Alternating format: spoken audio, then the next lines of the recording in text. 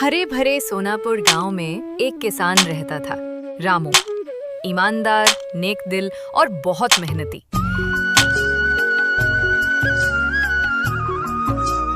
लेकिन उसकी पत्नी ललिता बस नाम की भाग्यवान थी। काम के नाम पर वो सिर्फ बहाने बनाती थी। अरे भाग्यवान, अभी तक सोई पड़ी हो? खाना नहीं बनाओगी क्या? मुझे बहुत भूख लगी है। अरे जी, आज तो पैर में बहुत दर्द हो रहा है, उठने की ताकत नहीं है। अच्छा ठीक है, तुम आराम करो, मैं खुद ही चूल्हा जला लेता हूँ। थका हुआ रामू खाना बनाने लग गया।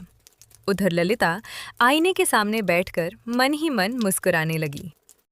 भगवान ने मुझे काम करने के लिए थोड़ी ही इतना सुंदर बनाया है। ललिता, खाना तैयार है, अब इसे परोस दो। नहीं जी, मैं तो बिस्तर से उठ भी नहीं सकती। ललिता, थोड़े बर्तन हैं, धोकर रख दोगी? मैं बहुत थका हुआ हूँ और मुझे सुबह सुबह बहुत काम भी है। मुझे जल्दी जाना है।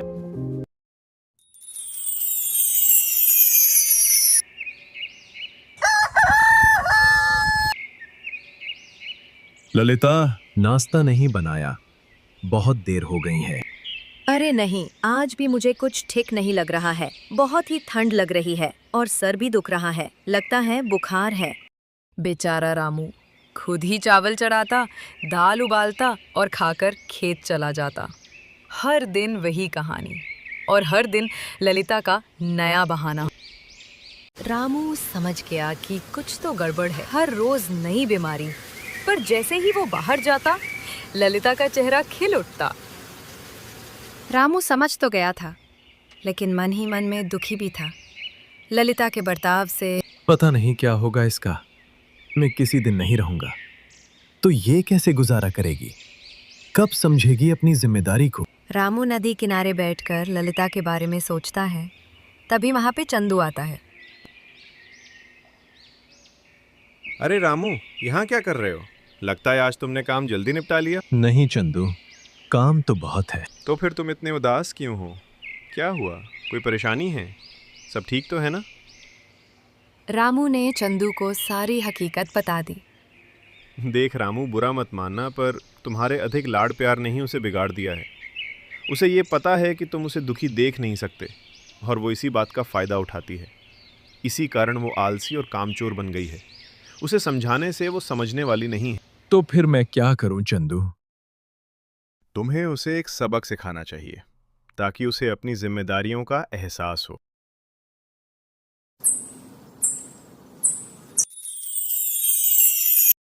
रामू ने ठान लिया, अब इसे सबक सिखाना ही पड़ेगा।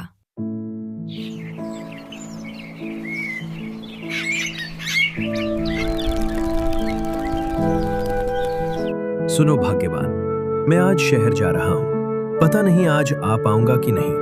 तुम्हारे लिए दाल भात रख दिया है, जब मन हो खा लेना। अरे वाह, आज तो मैं मसालेदार दम आलू बनाऊंगी। ललिता ने झटपट चूल्हा जलाया। तेल में प्याज भुने, मसाले तले, पूरा घर खुशबू से महक उठा। हू ला ला ला, वाह कितनी प्यारी खुशबू है। आज तो खाने में मजा आएगा। वाह, ऐसा खाना आज तक किसी ने नहीं खाया होगा। उधर रामू कुछ दिनों के लिए चंदू के घर चला गया। उधर घर में ललिता बड़े मजे कर रही थी। खाओ पियो सो और आराम करो। ना बर्तन, ना कपड़े, ना झाड़ू पोछा, कोई काम हाथ तक नहीं लगा रही थी।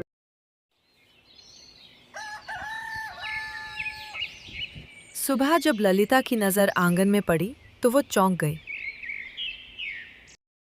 कई दिनों से कपड़े भी मैले पड़े थे, लेकिन ललिता ने अनदेखा किया और फिर अपने बिस्तर पर जा बैठी। उसे इस बात का एहसास ही नहीं हुआ कि रामू को शहर गए कई दिन बीत चुके हैं। घर का अनाज भी लगभग खत्म हो चुका था। अरे बाप रे, घर में तो कुछ भी नहीं बचा। रामू भी पता नहीं कहाँ रह गया। कितने दिन हो गए, अब मैं क्या करूं? पैसे भी नहीं है बाजार से कुछ लाने के। उसने पूरा दिन और पूरी रात खाली पेट ही निकाल दी। भूख से हालत खराब होने लगी।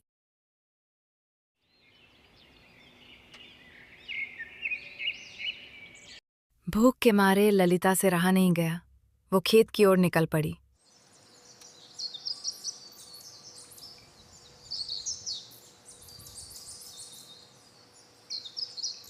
वहां उसने देखा कि आलू और चावल खेत में पककर तैयार पड़े हैं। वो सिर्फ अपने लिए आलू और चावल निकालने लगी। उधर रामू उसी समय चुपके से खेत के एक कोने से ये सब देख रहा था। वाह, आज तो मेरा बंदोबस्त हो गया।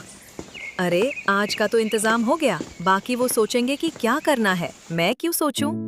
रामू बेहद दुखी हुआ और एक पेड़ के नीचे बैठकर रोने लगा।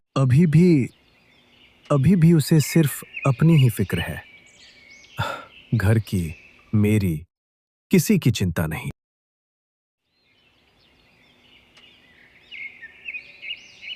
जो उसने चावल और आलू लाए थे, वो तो एक ही दिन में खत्म हुआ।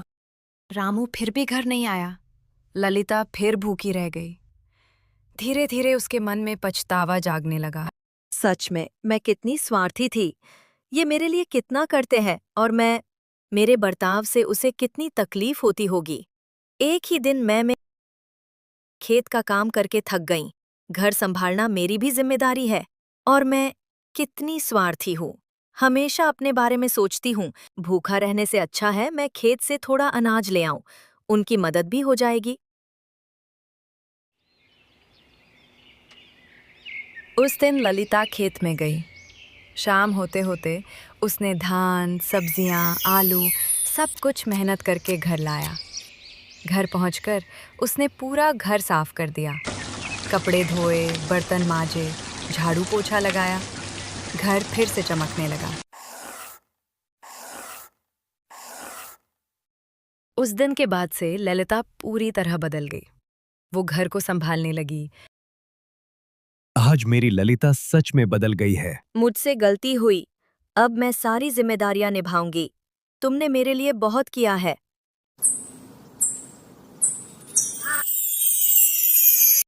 रामू का ख्याल रखने लगी।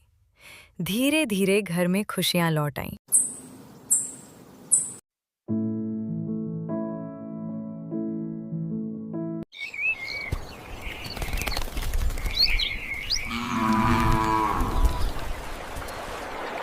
उस दिन ललिता को समझ में आ गया कि स्वार्थ की राह हमेशा दुख देती है, लेकिन समझ और जिम्मेदारी रिश्तों में मिठास भर देती है। और रामू को भी एहसास हो गया, ज़्यादा लाड़ प्यार भी इंसान को बिगाड़ देता है।